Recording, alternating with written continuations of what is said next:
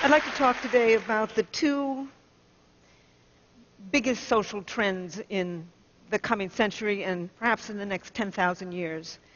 But I want to start with my work on romantic love, because that's my most recent work. What I and my colleagues did was put 32 people who were madly in love into a functional MRI brain scanner, 17 who were madly in love and their love was accepted, and 15 who were madly in love and they had just been dumped. And so I want to tell you about that first, and then go on into where I think love is going. What 'tis to love, Shakespeare said.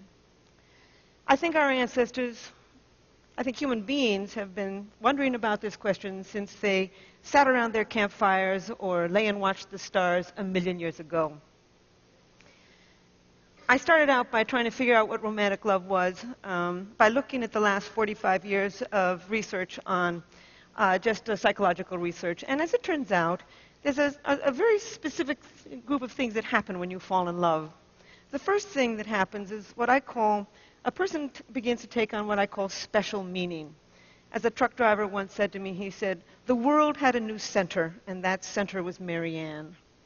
George Bernard Shaw said it a little differently. He said, "Love consists of overestimating the differences between one woman and another." And indeed, that's what we do. And then you just focus on this person. You can list what you don't like about them, but then you sweep that aside and focus on what you do. As Chaucer said, love is blind. In trying to understand romantic love, I decided I would read poetry from all over the world. And I just want to give you one very short poem from 8th century China, because it's an almost perfect example of a man who is focused totally on a particular woman. It's a little bit like when you are madly in love with somebody and you walk into a parking lot, their car is different from every other car in the parking lot. Their wine glass at dinner is different from every other wine glass at the dinner party. And in this case, a man got hooked on a bamboo sleeping mat. And it goes like this. It's by a guy called Wan Chen. "I cannot bear to put away the bamboo sleeping mat. The night I brought you home, I watched you roll it out." He became hooked on a sleeping mat, probably because elevated activity of dopamine in his brain, just like with you and me. But anyway, not only does this person take on special meaning, you focus your attention on them, you aggrandize them, but you have intense energy. As one Polynesian said, he said, "I felt like jumping in the sky." You're up all night, you're walking till dawn, you feel intense elation when things are going well, mood swings into horrible despair when things are going poorly, real dependence on this person. As one businessman in New York said to me, he said, "Anything she liked, I liked." Simple. Romantic love is very simple. You become extremely sexually possessive. You know, if you're just sleeping with somebody casually, you don't really care if they're sleeping with somebody else. But the moment you fall in love, you become extremely sexually possessive of them. I think that is a Darwinian, there's a Darwinian purpose to this. The whole point of this is to pull two people together strongly enough to begin to rear babies as a team. But the main characteristics of romantic love are craving, an intense craving to be with a particular person, not just sexually, but emotionally. You'd much rather, it would be nice to go to bed with them, but you want them to call you on the telephone, to invite you out, etc., to tell you that they love you. The other main characteristic is motivation. The motor in the brain begins to crank, and you want this person. And last but not least, it is an obsession. When I put these people in the machine, before I put them in the MRI machine, I would ask them all kinds of questions. But my most important question was always the same. It was, what percentage of the day and night do you think about this person? And indeed, they would say, all day, all night. I can never stop thinking about him or her. And then the very last question I would ask them, I would always have to work myself up to this question because I'm not a psychologist. I don't work with people in any kind of traumatic situation. And my final question was always the same. I would say, would you die for him or her? And indeed, these people would say yes, as if I had asked them to pass the salt. I was just staggered by it. So we scanned their brains, looking at a photograph of their sweetheart and looking at a neutral photograph with a distraction task in between, so we could look at the same brain when it was in that heightened state and when it was in a resting state. And we found activity in a lot of brain regions. In fact, one of the most important was a brain region that becomes active when you feel the rush of cocaine. And indeed, that's exactly what happens. I began to realize that romantic love is not an emotion. In fact, I had always thought it was a series of emotions from very high to very low. But actually, it's a drive. It comes from the motor of the mind, the wanting part of the mind, the craving part of the mind, the kind of part of the mind when you're reaching for that piece of chocolate, when you want to win that promotion at work, the motor of the brain. It's a drive. And in fact, I think it's more powerful than the sex drive. You know, if you ask somebody to go to bed with you and they say, no, thank you, you certainly don't kill yourself or slip into a clinical depression. But certainly around the world, people who are rejected in love will kill for it. People live for love, they kill for love, they die for love. They have songs, poems, novels, sculptures, paintings, myths, legends. In over 175 societies, people have left their evidence of this powerful brain system. I have come to think it's one of the most powerful brain systems on Earth for both great joy and great sorrow. And I've also come to think that it's one of three basically different brain systems that evolved from mating and reproduction. One is the sex drive, the craving for sexual gratification. W.H. Auden called it an intolerable neural itch. And indeed, that's what it is. It keeps bothering you a little bit like being hungry. The second of these three brain systems is romantic love, that elation, obsession of early love. And the third brain system is attachment, that sense of calm and security you can feel for a long-term partner. And I think that the sex drive evolved to get you out there looking for a whole range of partners. You know, you can feel it when you're just driving along in your car. It can be focused on nobody. I think romantic love evolved to enable you to focus your mating energy on just one individual at a time, thereby conserving mating time and energy. And I think that attachment, the third brain system, evolved to enable you to tolerate this human being at least long enough to raise a child together as a team. So with that preamble, I want to go into discussing the two most profound social trends, one of the last 10,000 years, and the other certainly of the last 25 years, that are going to have an impact on these three different brain systems: lust, romantic love, and deep attachment to a partner. The first is women moving into the workforce. I've looked at 130 societies through the demographic yearbooks of the United Nations, and everywhere in the world, except for actually 129 out of 130 of them, women are not only moving into the job market sometimes very, very slowly, but they're moving into the job market and they're very slowly closing that gap between men and women in terms of economic power, health, and education. It's very slow. For every trend on this planet, there's a counter trend. We all know of them. But nevertheless, the old Arabs say, the dogs may bark, but the caravan moves on.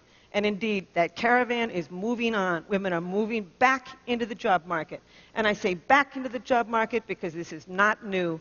For millions of years on the grasslands of Africa, women commuted to work to gather their vegetables. They came home with 60 to 80% of the evening meal. The double-income family was the standard, and women were regarded as just as economically, socially, and sexually powerful as men. In short, we're really moving forward to the past. Then women's worst invention was the plow. With the beginning of plow agriculture, men's roles became extremely powerful. Women lost their ancient jobs as collectors, but then with the Industrial Revolution and the post-industrial revolution, they're moving back into the job market. In short, they are acquiring the status that they had 1,000,000 years ago, 10,000 years ago, 100,000 years ago. We are seeing now one of the most remarkable traditions in the history of the human animal. and it's going to have an impact. I generally give a whole lecture on the impact of women on the business community. I'll only just say a couple things and then go on to sex and love. There's a lot of gender differences. Anybody who thinks men and women are alike simply never had a boy and a girl child. I don't know why it is that they want to think that men and women are alike. There's much we have in common, but there's a whole lot that we do not have in common. We are, in the words of Ted Hughes, I think that we were built to be, we're like 2 feet. We need each other to get ahead. But we did not evolve to have the same brain. And we're finding more and more and more gender differences in the brain. I'll only just use a couple and then move on to sex and love. One of them is women's verbal ability. Women can talk. Women's ability to find the right word rapidly, basic articulation, goes up in the middle of the menstrual cycle when estrogen levels peak, but even at menstruation, they're better than the average man. Women can talk. They've been doing it for 1 million years. Words were women's tools. They held that baby in front of their face, cajoling it, reprimanding it, educating it with words. And indeed, they're becoming a very powerful force, even in places like India and Japan, where women are not moving rapidly into the regular job market. They are moving into journalism. And I think that the television is like the global campfire. We sit around it, and it shapes our minds. Almost always when I'm on TV, the producers who call me, who negotiate what we're going to say, is a woman. In fact, Solzhenitsyn once said, to have a great writer is to have another government. Today, 54% of people who are writers in America are women. It's one of many, many characteristics that women have that they will bring into the job market. They've got incredible people skills, negotiating skills. They're highly imaginative. We now know the brain circuitry of imagination, of long-term planning. They tend to be web thinkers because the female parts of the brain are better connected. They tend to collect more pieces of data when they think, put them into more complex patterns, see more options and outcomes. They tend to be contextual, holistic thinkers, what I call web thinkers. Men tend to, and these are averages, tend to get rid of what they regard as extraneous, focus on what they do, and move in a more step-by-step thinking pattern. They're both perfectly good ways of thinking. We need both of them to get ahead. In fact, there's many more male geniuses in the world, and there's also many more male idiots in the world. When the male brain works well, it works extremely well. What I really think that we're doing is we're moving towards a collaborative society, a society in which the talents of both men are becoming understood and valued and employed. But in fact, women moving to the job market is having a huge impact on sex and romance and family life. Foremost, women are starting to express their sexuality. I'm always astonished when people come to me and say, why is it that men are so adulterous? And I say, well, why do you think more men are adulterous than women? Oh, well, men are more adulterous. And I say, well, who do you think these men are sleeping with? Basic math. Anyway, in the Western world, women start sooner at sex, have more partners, express less remorse for the partners that they do, marry later, have fewer children, leave bad marriages in order to get good ones. We are seeing the rise of female sexual expression. And indeed, once again, we're moving forward to the kind of sexual expression that we probably saw on the grasslands of Africa 1 million years ago, because this is the kind of sexual expression that we see in hunting and gathering societies today. We're also returning to an ancient form of marriage, equality. They're now saying that the 21st century is going to be the century of what they call the symmetrical marriage, or the peer marriage, or the companionate marriage. This is a marriage between equals, moving forward to a pattern that is highly compatible with the ancient human spirit. We're also seeing a rise of romantic love. 91% of American women and 86% of American men would not marry somebody who had every single quality they were looking for in a partner if they were not in love with that person. People around the world, in a study of 37 societies, want to be in love with the person that they marry. Indeed, arranged marriages are on their way off this braid of human life. I even think that marriages might even become more stable because of a second great world trend. The first one being women moving into the job market, the second one being the aging world population. They're now saying that in America, that middle age should be regarded as up to age 85. Because in that highest age category of 76 to 85, only as much as 40% of people have nothing really wrong with them. So we're seeing this a real extension of middle age. And I looked, for one of my books, I looked at divorce data in 58 societies. And as it turns out, the older you get, the less likely you are to divorce. So the divorce rate right now is stable in America, and it's actually beginning to decline. It may decline some more. I would even say that with Viagra, estrogen replacement, hip replacements, and the incredibly interesting women. Women have never been as interesting as they are now. Not at any time on this planet have women been so educated, so interesting, so capable. And so I honestly think that if there really was ever a time in human evolution when we have the opportunity to make good marriages, that time is now. However, there's always kinds of complications in this.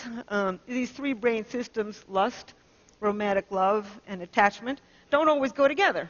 They can go together, by the way. That's why casual sex isn't so casual.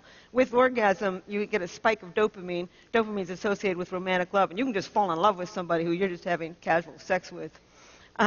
With orgasm, then you get a real rush of oxytocin and vasopressin. Those are associated with attachment. This is why you can feel such a sense of cosmic union with somebody after you've made love to them. But these three brain systems, lust, romantic love, and attachment, aren't always connected to each other. You can feel deep attachment to a long-term partner while you feel intense romantic love for somebody else, while you feel the sex drive for people unrelated to these other partners. In short, we're capable of loving more than one person at a time. In fact, you can lie in bed at night and swing from deep feelings of attachment for one person to deep feelings of romantic love for somebody else. It's as if there's a committee meeting going on in your head as you are trying to decide what to do. So I don't think, honestly, we were an animal that was built to be happy. We were an animal that was built to reproduce. I think the happiness we find, we make. And I think, however, we can make good relationships with each other. So I want to conclude with two things. I want to conclude with a worry. I have a worry, and with a wonderful story. The worry is about antidepressants. Over 100 million prescriptions of antidepressants are written every year in the United States. And these drugs are going generic. They are seeping around the world. I know one girl who's been on these antidepressants, serotonin-enhancing, SSRI, serotonin-enhancing antidepressants, since she was 13. She's 23. She's been on them ever since she was 13. I got nothing against people who take them short-term when they're going through something perfectly horrible and they want to commit suicide or kill somebody else. I would recommend it. But more and more people in the United States are taking them long-term. And indeed, what these drugs do is raise levels of serotonin. And by raising levels of serotonin, you suppress the dopamine circuit. Everybody knows that. Dopamine is associated with romantic love. Not only do they suppress the dopamine circuit, but they kill the sex drive. And when you kill the sex drive, you kill orgasm. And when you kill orgasm, you kill that flood of drugs associated with attachment. The things are connected in the brain, and when you tamper with one brain system, you're going to tamper with another. I just simply say that a world without love is a deadly place. So now, thank you. I want to end with a story, and then just a comment. I've been studying romantic love and sex and attachment for 30 years. And I'm an identical twin. I'm interested in why we're all alike. Why you and I are alike, why the Iraqis and the Japanese and the Australian Aborigines and the people up the Amazon River are all alike. And about a year ago, an internet dating service, Match.com, came to me and asked me if I would design a new dating site for them. I said, I don't know anything about personality. I said, you think you got the right person? They said, yes. It got me thinking about why it is that you fall in love with one person rather than another. That's my current project. It will be my next book. There's all kinds of reasons that you fall in love with one person rather than another. Timing is important. Proximity is important. Mystery is important. You fall in love with somebody who's somewhat mysterious, in part because mystery elevates dopamine in the brain, probably pushes you over that threshold to fall in love. You fall in love with somebody who fits within what I call your love map, an unconscious list of traits that you build in childhood as you grow up. And I also think that you gravitate to certain people actually with somewhat complementary brain systems, and that's what I'm now contributing to this.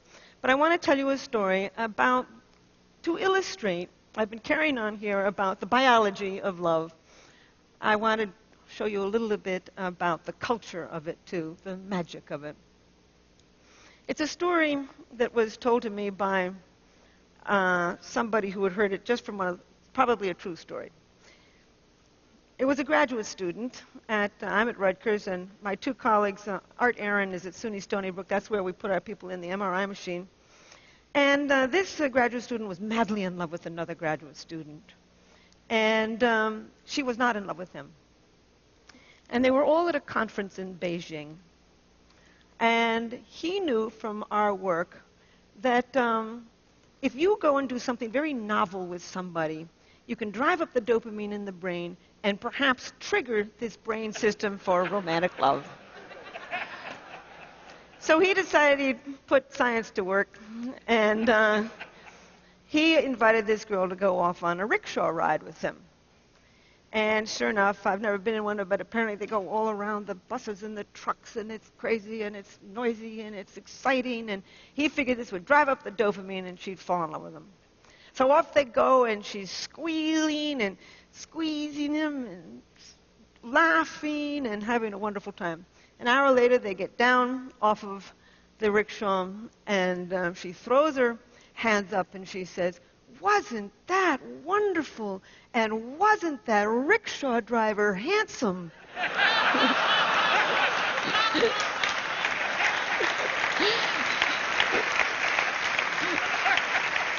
There's magic to love. But I will end by saying that millions of years ago, we evolved three basic drives: the sex drive, romantic love, and attachment to a long-term partner.